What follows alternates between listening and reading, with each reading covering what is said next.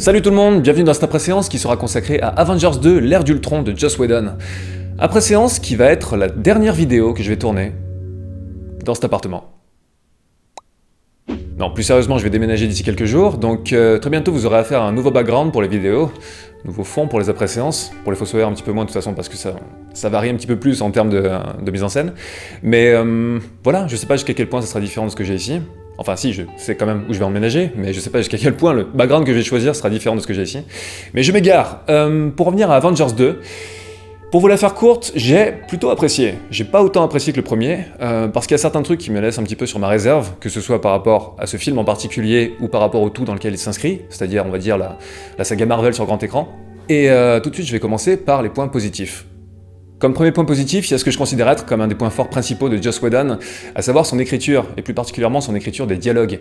Il a toujours cette capacité à insuffler du décalage là où on l'attend pas, en tout cas dans ce genre de format ou ce genre de film. Et c'est un décalage qui finalement est pas si décalé que ça, parce que quand on y pense, c'est des réactions qu'on pourrait avoir déjà en tant que spectateur, mais aussi confronté à ce genre de situation. Bien sûr, si on n'était pas dans l'adrénaline du moment et si on pouvait avoir un petit recul par rapport à ce qui se passe et commencer à avoir des réflexions. Mais je pense par exemple à cette scène où, au milieu d'une baston, un des personnages dit à Thor que son marteau a un équilibre qui est très bon, et Thor dit « ouais, c'est normal, ça facilite le swing », en y mettant un geste de tennis. C'est très con, moi ça me fait rire, mais pour moi c'est la quintessence du style Whedon, et ça fonctionne vraiment très très bien. Et ce qui est fort, c'est que Joss Whedon, grâce à ça, arrive à insuffler, dans Avengers donc, mais dans ses travaux aussi de manière globale, il arrive à insuffler un recul plus qu'une distance. Et pour moi, les deux choses sont très différentes. La distance, c'est ce qui fait qu'on sort du film et qu'on ne se sent plus investi par ce qui s'y passe, tandis que le recul permet en fait de s'amuser de ce qui s'y passe tout en restant investi dans les enjeux du récit. Et c'est un équilibre qui est assez délicat, mais que Whedon a toujours su respecter de manière assez brillante. Ce qui fait que paradoxalement, les passages que je préfère de loin dans Avengers 2, ce sont les passages les plus calmes, vraiment les passages où Whedon prend un petit peu le temps de développer ses personnages et de s'amuser surtout avec. Concernant le scénario, c'est un bordel pas possible, mais j'y reviens un petit peu plus tard. Et concernant les parties pris de narration, j'ai bien aimé les développements réservés à certains personnages, et Dieu sait qu'il y en a beaucoup. Notamment le traitement réservé à Hawkeye, qui, j'ai l'impression, a fait gueuler beaucoup de gens qui trouvaient tout le background développé autour de sa vie de famille complètement superflu et assez maladroit.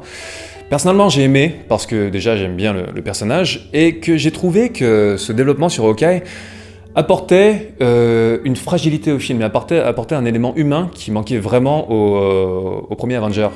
Parce que dans un contexte où tous les personnages, qu'ils soient dieux, humains ou humains augmentés à la Captain America, dans un contexte où tous ces personnages passent leur temps à défier les lois de la physique et à défier les lois de la cohérence narrative même, ça fait du bien d'avoir un personnage qui réinsuffle une échelle et qui permet de s'identifier en fait. Parce que Hawkeye, finalement, il a pas de méga super pouvoir de ouf, il a juste un arc à flèche. Même la Veuve Noire, qui a pas non plus de super pouvoir, se comporte de manière athlétiquement irréelle. Donc bon, ça n'empêche pas que Hawkeye, bien sûr, ce livre a des performances complètement incroyables, mais il a ce côté plus fragile, plus humain, plus vulnérable, qui fait du bien en fait. C'est le seul personnage auquel j'ai pu m'identifier personnellement. Et il apporte presque un côté méta au film, notamment avec cette espèce de monologue qu'il a dans la dernière partie du film, où il parle justement du manque de cohérence de ce qui l'entoure. Il est complètement dépassé par la situation. Mais c'était assez salvateur, encore une fois, d'avoir cette fragilité à laquelle j'ai pu me raccrocher en tant que spectateur. Et enfin, concernant les points positifs, il y a la mise en scène qui est à la fois en fait un point positif et un point négatif. Parce que autant il y a certaines séquences qui sont mises en scène avec virtuosité, je pense entre autres à la séquence de combat entre Hulk et Iron Man avec son armure énorme, qui est purement jouissive tout en restant lisible en toutes circonstances au niveau du découpage. Et à côté de ça, il y a des séquences d'action qui sont complètement illisibles, qui sont hachées menues au niveau du cadrage en shaky cam et du montage. J'ai pas compris pourquoi il y avait autant deux poids deux mesures en termes de manière de filmer l'action dans ce film. Ça donne un côté assez hybride, bizarroïde au film, mais pas dans le bon sens du terme. Donc, mais j'en retiens quand même certaines fulgurances de mise en scène qui sont encore une fois ultra plaisantes. Et certains clins d'œil aussi, comme ce clin d'œil dans le rêve que fait Black Widow, quand elle se souvient de son passé et qu'elle se souvient de quand elle est transportée sur un brancard à l'hôpital, dans cet hôpital super glauque, qui est un clin d'œil à l'échelle de Jacob. Donc je sais pas si beaucoup de gens ont été sensibles à ce clin d'œil, mais en tout cas, comme vous vous en doutez, moi il m'a beaucoup parlé. Et concernant les points négatifs, tout d'abord, il y a ce qui m'a semblé être une incapacité du film à correctement réintroduire ces personnages, à correctement les réiconiser. C'est un truc dont j'avais parlé plus particulièrement dans la préséance sur Expendables 3, où je disais en gros que un film, c'est une entité à part entière. Et même s'il s'inscrit dans un tout, dans une saga, même s'il prend la suite d'autres films dans lesquels il puise des éléments narratifs, ça n'empêche pas que dans le cadre de ce film, il faut réintroduire et réiconiser correctement les personnages.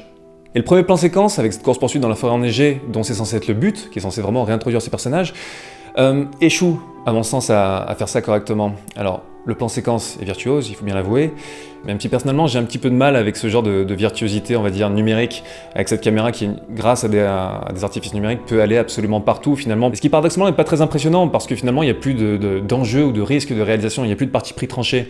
C'est ce qui manque un petit peu dans ce genre de, encore une fois, virtuosité numérique. Et bref, dans ce plan séquence, les personnages sont réintroduits un à un, mais ils sont filmés de loin, presque comme des pantins désarticulés, comme des jouets finalement. Il n'y a pas d'iconisation, je sais pas, par exemple avec des contre-plongées ou des plans beaucoup plus serrés qui les réintroduisent dans toute leur identité propre. Là encore une fois, ils sont filmés presque de manière désincarnée, qui minimise pour moi l'impact de la réintroduction de ces personnages, et ça m'a vraiment gêné. J'étais assez inquiet par rapport au reste du film en voyant cette séquence d'intro. Heureusement, le film s'est rattrapé sur pas mal d'aspects par la suite, mais vraiment, pour moi, c'est typiquement l'exemple d'une introduction ratée.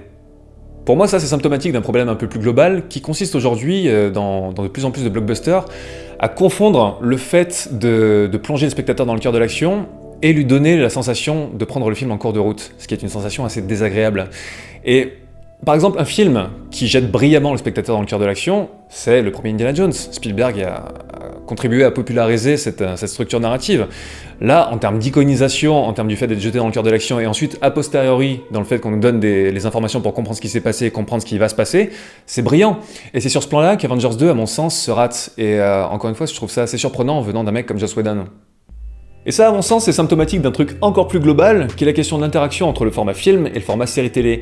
C'est une interaction qui s'est accrue dans les années 2000, avec de plus en plus de séries télé qui se sont mises à s'inspirer du cinéma, en termes de cachet, de réalisation, de prestance globale. Aujourd'hui, True Detective, c'en est un des meilleurs exemples. Et inversement, de plus en plus de films se sont mis à s'inspirer des structures narratives héritées des séries modernes. Et c'est une interaction qui a porté ses fruits dans le bon sens du terme, parce que ça a donné lieu à des créations très intéressantes, mais j'ai l'impression qu'aujourd'hui, on arrive à une première forme d'impasse là-dessus.